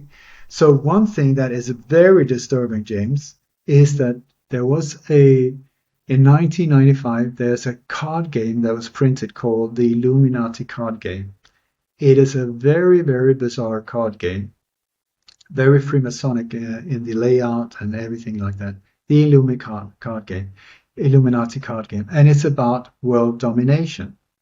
And in that, there's so many of these cards that have very precisely predicted things that come. It was printed in 1995, but we have 9/11, both the Pentagon attack, the Twin Towers, exactly where the explosion was on the building. We have COVID, we have anti-law, we have Black Lives Matters, we have George Floyd, we got the Las Vegas mass shooting. Diana is in there as well, but she Have you got this set? Sorry? Have you got this set of cards? I only got like a PDF of it, but you can find it online. You can get all the cards. You can find PDFs. Yeah, otherwise I can send it to you. But anyway, so there's one card that I've been looking at for a long time, for many years. Please notice, printed 1995. That card shows, I mean, if that is not Donald Trump, I do not know. And he is like a demonic face, black face, but it's Donald Trump. In the presentation, I put Donald Trump's face there and this card like that. And on it, you got a straight line going like this on the card printed 1995, passing through his ear like this. Where it passes through, there's a small little pyramid, like the Freemasonic pyramid, right there. And then the card says, our snipers can get you anywhere, anytime, something like that. So it's a sniper card. And then the title of the card, printed in 1995, is Enough is Enough. Okay, so who have been saying enough is enough lately, quite a few times. I've got several recordings where dear Donald Trump says enough is enough. Now enough is enough. Right. What I've done many interviews about this card game because it's super, super bizarre. Because either they were incredibly lucky at predicting things, but I do not think so. So how would it work? And when you look at the rules for this game, it is for the ultra rich, and the game is about world domination. And so every time a card is played, what is called MB, mega bucks, has to be put down. Okay, so I'm suggesting, and I've got some confirmations from different sources around, that it seems possible that some ultra rich group is possibly playing a game about world domination. They put down cards and they had to follow, or when they put down a card, they had to pay mega bucks, and boom, that's when it happens in real life. That is what I'm suggesting, that the cards are almost like activating these operations that is then carried out, not the other way around. Whoa. You've So just yeah, done my because head like in. I tell you, if you want to see what's happening in the world, you go to the protocols of the elders of Zion. I mean, it's right there in the face. That is the whole thing that is going on in the world. In the pre-word, it just go dum dum. This is what we're going to do. This is how we're going to do it. This and this, and we're going to carry it out like that. And there you go. It's right in your face. So there's another one I want to point out is Simpsons. You know, Simpsons is just like, oh my Always God, knows. again, this is unbelievable. How can they do it? How can they do it? It's a cartoon or not. I had a friend who was in China for 8 years. He lost his passport, so he was there stuck for 8 years. He was a businessman, and so he used to mingle with Westerners and so on. So he sometimes he went to these fancy hotels, and they were working. He was working out in the gym together with the CEO for Nestle and stuff like that. I mean, high level businessmen like that. And he said he had no idea about these things, but he said it was so odd because they were really, talking business or really into everything. Simpson was on, everybody went to see it. Everybody on that business level went to see Simpsons. I was like, what? So I'm telling you what I'm speculating on, but what I believe the Simpson is, it's a cartoon, yes, and it's funny maybe, but in these secret specific episodes, sometimes there's like a message in them. It doesn't, as far as I see, the things that predict stuff doesn't really match up with the rest of the episode. But so we have, but what I think it is, it's a wordless communication with people in the know, meaning that the ones that are creating Simpsons completely involved with these agencies and these type of operations. So what they're doing is they're saying, this is our next step. This is what we're going to do. So that people in the business world, without receiving faxes or telephone calls or anything, are aware of, okay, that's what's going to go down. So we will move around and do this, this, and this, and this, and prepare and do whatever, to once again maybe make billions in whatever. So that they're sending it out in Simpsons saying, this is what we're going to do, stand by, boom, everybody goes into like the prepare mode, and then boom, it goes down. Oh my God, Simpsons did it again. They predicted it. It's unbelievable. I mean, how lucky can they be? It's not lucky at all. It's like a military operation, but wordless communication. They're telling us, so we should be very observant on the Simpsons. What is going on here? Because, oops, there it is, and prepare. Go and expose it. Stop it before it can happen. That every time we do a show, Oli, you, you you deliver. You take me to the next level because I was a beginner when we first talked. I was thinking, what is all this? Do I believe all this false flight stuff that this crazy Dane is talking about? And now yeah, obviously, duh, they have whole villages in Greece and everywhere where full of Listen, I'm not the one saying it. You can find these interviews with Fletcher Prouty from the 80s. He was talking about it in the 80s. So Look, if they had it in the 80s, imagine how much more no, advanced it is now. this was in the 60s. Is it? They were in the drive took place in the 60s. He became a whistleblower. So this was before the Kennedy assassination, you know. So this, and just imagine what has happened since then. Do you not think that the reason for, we were trying to work out why it is that so many people who are down with false flags, who get other stuff, how they don't get this one? Is it not because so many people are invested in the idea that the world is so messed up and that Trump is kind of a white hat who's going to save us? Because they've looked at Biden, which was that whole presidency was a false flag, wasn't it? I mean, it was a fake. You've got guys in masks pretending to be Biden, guy shitting himself, the guy patently unfit for office, and then you've got this Trump hero character who survives essentially through divine intervention, because there's no way you can survive that bullet. If God hadn't, angels must have come down and moved his head. Isn't that the problem we've got? That so many people think that he's our great white hope. You have these individuals that really awakes the emotions of the masses. You got Trump, you got Assange, you got Snowden. These type of individuals that really it gets emotional because people invest so much in them as heroes, as possible saviors, as possible white hats and so on.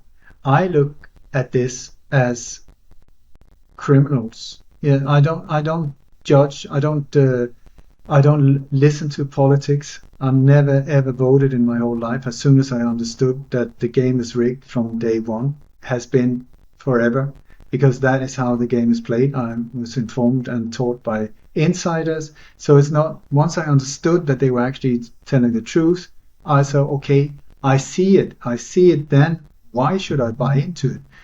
So Trump is a very sensitive one because people love him. They love him or hate him. There's no in between. It's Trump haters or Trump lovers. So here we are in a situation, I would suggest possible problem reaction solution. The way these operations are carried out, according to old Roman templates, they secretly create a problem to get the reaction from us so that we will buy into their solution.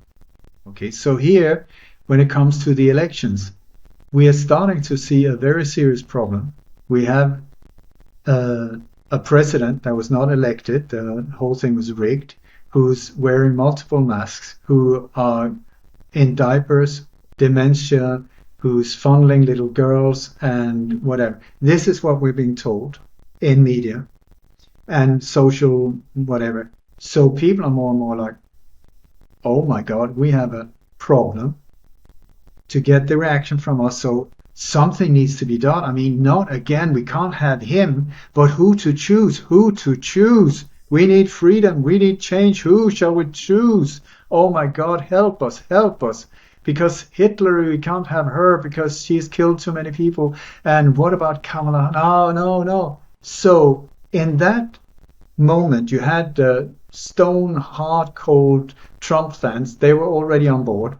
And then in the middle of the ones that they want to push over there, how do you do that? You do it with a psychological operation. And people love heroes. So they love heroes. So the whole thing is boom, one shot fired or not fired. And suddenly the whole world is like, oh my God, look at him. Look at this man. It's incredible. You got old veterans, you got snipers that are standing out talking about, oh, the shots were harder, the shots here, the shots here. They completely believe. Yeah. But they're looking at in the wrong place. We're up against an illusionist. They're looking at the wrong detail. So the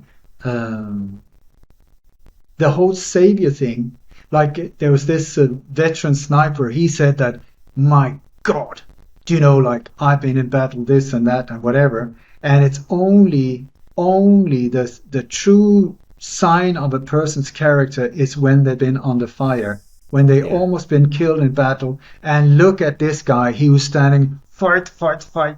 That, and by the way, that is almost identical to the Braveheart poster, that one. So, and when he's lying down, when the shoes behind him, look in the background, it almost looks like a sword that is being put down there. I put images next to it because it almost looks like this fallen hero. But then he comes out of it like, fight, fight, fight. So this veteran sniper, he said, now I would stand by Trump, to the end, and I would work for him for nothing. And I mean, that is a very sincere individual who's saying, I will put my life on the line for this man because he has proven himself. And I would suggest, or maybe not. So, when this whole big thing, when Trump was afterwards talking about the whole thing, and he was describing how the whole thing happened. And do you know what he said also? He said, I actually shouldn't be here. And people were sitting with tears in their eyes and applauding. Oh my God, the hero, the hero. No, he's saying it to you. I actually shouldn't be here because I faked the whole thing. The ear thing. Do you know he was playing golf the day after without the Band-Aid? I mean, come on. That ear should have been one big mess. And stitched up and put with a massive bandage, and he should have like a PTSD treatment and the whole shebang afterwards. Take care of this, but no, he's so cool. Yeah. They don't care that some of us know, because as long as the masses are deceived, they kind of enjoy mocking us, I think. I mean, that's quite ostentatious, don't you think, not to wear a plaster after you've been hit in the head by a bullet. They have to show us. They have to show us. We're back to the law of karma. They have to show us. They have to tell us. Like when he said, I'm not supposed to be here.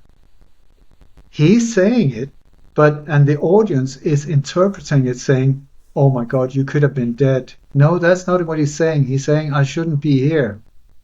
Yeah. It's called masterful speaking in Masonic language. It's completely, it's manipulation, and it's marketing. The minds behind these things, you have to look at it as a marketing campaign. What they're selling to you is not Coca-Cola this time, or whatever it is. They're selling to you the idea of a new hero that will become president and will have golden ear wings, because now he was saved by the saint.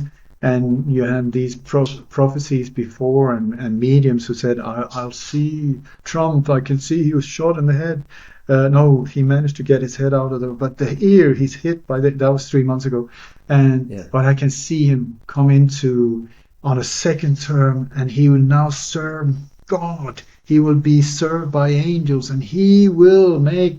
That's part of the operation. If you ask me. He doesn't even talk about God, Trump. He's not. He's obviously not a Christian, Trump. I don't know, but what I do know is that he said, "Listen, this is too painful to talk about, so I'm not going to answer any more questions about this incident." That's pretty handy for you, isn't it? That's really handy actually, because he's never hitherto demonstrated that he's very thin-skinned. And then you have he went to this convention. By the way, the one of the conventions had like the whole Freemasonic pyramid from the dollar bill on it. That's okay. And you had Israel, the whole shebang on top of it. Israel, I don't know, number 1 or something like that on top of it. And then you had there were these different artists that was speaking on stage and just celebrating Trump, and one of them is this woman. I forgot her name, but she's like, I've got like satanic images, like she's together with Marina Abramovich, with spirit cooking and this whole shebang. I mean, stage photos with chopped off head and blood everywhere and stuff. So I'm asking you, what is going on? Because there seems to be a lot that is connected to the guy down here with some horns that are trying to lurk us into an ambush here of some kind of antichrist. I don't know, but something. If you read the book of Revelations, if you read these type of things, what they're saying is they will bring in a hero, and it would be the opposite. The masses will welcome it, and we will be completely deceived, and then it's end game. Yeah. It's Yeah. in many of these prophecies. So I think it would be a good idea to just check him out. And by the way, here is another one for you. There was an incredible researcher. He was a friend of Martin Luther King. He was a friend of Harry Belafonte. He was a stand-up comedian, but hardcore researcher. Very, very brave for many years. His name was Dick Gregory. He passed a few years ago. Anyway, before he passed, he was being interviewed, and he said yet again, he said, "My God, come on, wake up. There's two Trumps. There's not one, there's two Trumps." And he said, "There's one with a red tie, that's the real one, and then there's one with a blue tie. He is not the real one." When you look at that, sounds pretty outrageous. But if you look at the number of cities like Trump has been covering now, 2-3 cities per day in these rallies. Also, if you look at when his wife is with him, it's always the one with the red tie, never with the blue one. In the White House, he's standing when press conferences and stuff, there's this podium, there's two flags behind and the emblem of the White House when the red tie speaks. And when the blue tie speaks, there's only one flag and no White House emblem on the podium. You know, something is going on, and it's just good to be aware of that things might not be exactly what they seem to be. And there is a possibility that we're being played here. Because either I'm completely wrong, and then everybody else discussing angles and sound analysis and two snipers and the patsy connected to, soon it would be, they would love to bring it into the areas of conspiracy theories. So they would be connected to Saudi or to oil money or something like that that would really get us going, instead of looking at what actually didn't happen. He was not shot. He was not, his head, his ear was not damaged. His hands were not bloody. The photos, there's one thing also, because it's like, yeah, but how could they stage these photos with this blue sky? How is that possible when it was dark gray? Because how could they? I mean, the Secret Service agents are in exactly the same location as in the video. Yeah, so the photo shoot, I would suggest, was taken afterwards, so that they had the whole thing with him being carried off stage and into the car, and after that, taken to some kind of where the photo shoot was taking place with high quality 4K cameras and lighting and blue sky, green screen background and flags and the whole shebang. And then they looked at the video footage. Okay, you, agent number one, fiddle it further to the left, you up there, right, your hand up to the right, and you look that way, no, a little more to the left, okay, that way, hold it, and click, so that they match. It's not the other way around, I think. So I would not be surprised if this thing in Butler, by the way, whose servant is he in Butler? There's another, also James Butler Hickok, the one of the most world famous gunslingers in the Old West. He, you know, because also when you look behind Trump, when the shots were fired, there were all of these signs with Joe Biden, and then it says fired. Yeah. Just like shots fired, you know. And part of the whole subliminal operation, I think. And there's a book also called The Butler that has been made into a film with Oprah as one of the actors. Oprah, who have shown her real face. Unfortunately, I used to really like Oprah in many ways, but after Maui and oh my God, what happened there? But if you look at the poster of the film, the book, it's the best-selling book of The Butler, he's standing with his hand behind his back and with white Freemasonic gloves. It looks very much like white Freemasonic gloves, and the way he's holding them, very Freemasonic as well. So there's all of these, many layers. Yeah. I mean, even those of us who haven't been through the MK Ultra program are basically subject to similar techniques, aren't we?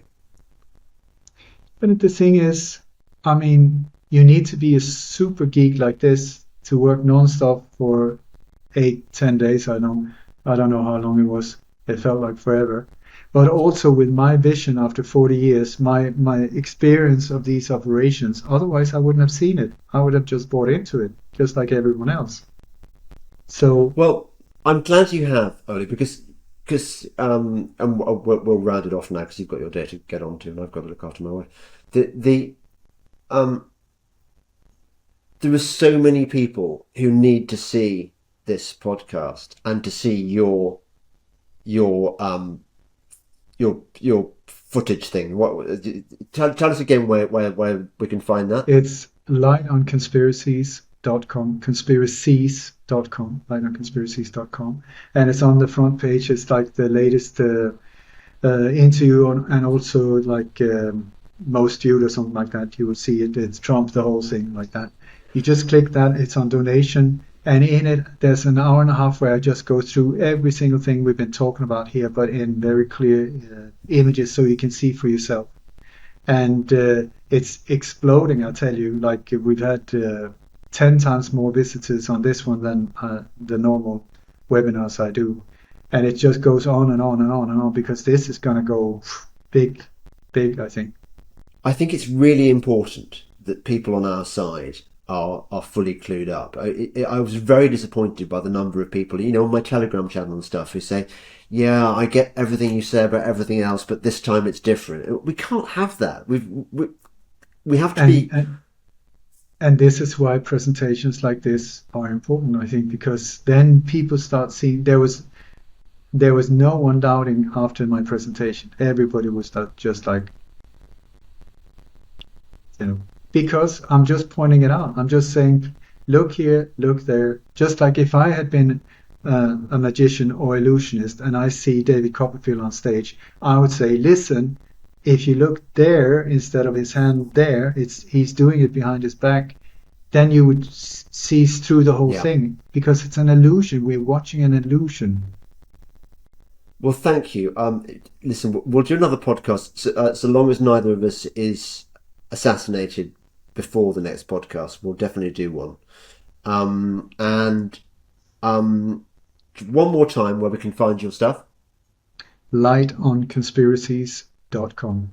Great. And I tell you, after this one, I had so many technical issues. It's ridiculous. I couldn't access the server. I couldn't. The videos that were up on the server were blocked on our own server. I mean, how is that even possible? Where we have the hosting and stuff like that. Suddenly, the password was changed. We couldn't access it. The whole dum dum dum dum dum. And people. I sent out the recording to I don't know how many hundred. There were several hundred people attending, and nobody could watch it, even though I could watch it. And we checked on all different devices. They were working here, they were working there, but all these hundreds not. It's called digital filtering. It is so frustrating for someone like myself because it's working, the source is working, but there's like a digital filter that will let some through and some not, meaning that this cannot be repaired. It doesn't matter what I do here because so I had to do like this, but I've been around the block a few times, so I know it. So I renamed and I did like this and this, and now everybody has the recording. So You're just paranoid. There's nothing nothing sinister about this at all. and James, do you know what paranoid actually means? I love these words because they hijack them from us. Let me start with conspiracy theory. What is a theory? A theory means making something visible. Music theory is not just wild ideas spread all over the place and the theory of relativity and the theory. It's not. It's making it visible.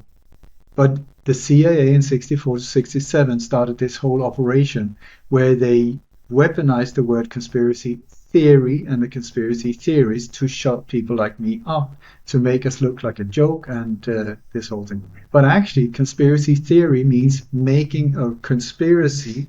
That means two or more people involved in criminal activity, planning or acting out criminal activity. That is a conspiracy theory.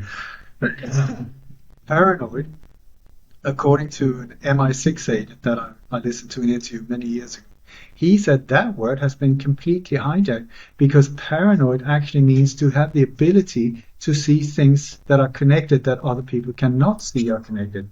That is to be paranoid. So I'm a very proud So we're paranoid paranoid. conspiracy theorist. Wow! Congratulations. I am too. Thank you so much, James. Thank you. You're Ollie, right. I'm just going to do my spiel about saying thanks to people, and then maybe we can close off with your Oli prayer. For sure. I would Okay, love to. so thanks very much, my lovely viewers and listeners, for watching. I really appreciate it. Those of you who support me on Substack and on Locals, on Subscribestar, on PayPal. You get early access to my podcast, which I think is probably a good thing. I mean, eventually they go out for free, most of them, apart from the really obscure ones. And hold on, stop it. How do I make it go? How do I make it shut up? Oh, I hate it. It's the CIA. No, it's not. It's just. Oh my god! It's. Oh, hang on. Hello. Oh, okay. Oh, can I get? I'll call you back in 1 second.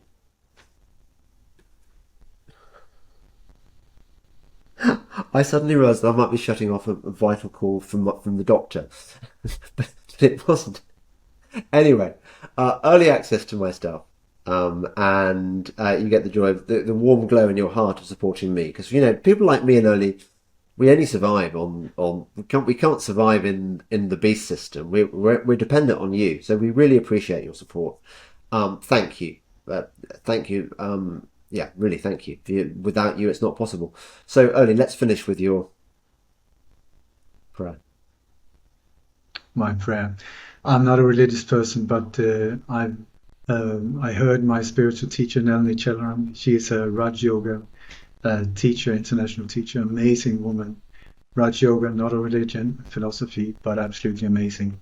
It's actually the science of the mind. But anyway, she used this prayer once, and I just absolutely first stung me because I didn't get it at all, and then I started to love it afterwards. It goes like this. May the entire universe be filled with peace and joy, love and light. May everyone, and especially the ones who hurt us, be filled with peace and joy, love and light. May the light of truth overcome all darkness, so victory to that light. Because like I often say, indirectly we have to thank these assholes for being so horrible that they help us become awake. It is if they didn't do it so obviously horrible, we would be too lazy to get off our butt and out of the sofa and do something about it. So on a spiritual level, we have to thank them. I call them black angels. On this street level, we have to do everything. We have to transcend the madness and just absolutely no accepting of bullshit or these super low product budget crap operations like this one. If you ask me, this was not on a high level at all, and we still bought into it. So it's like wakey, smell the coffee, because I mean, yeah, it's time to wake up. Thank you so much. Enjoy the rest of your Bali day, and That I will see you indeed. soon. My absolute pleasure, James. Thank you. Thank you. Bye bye. Bye bye.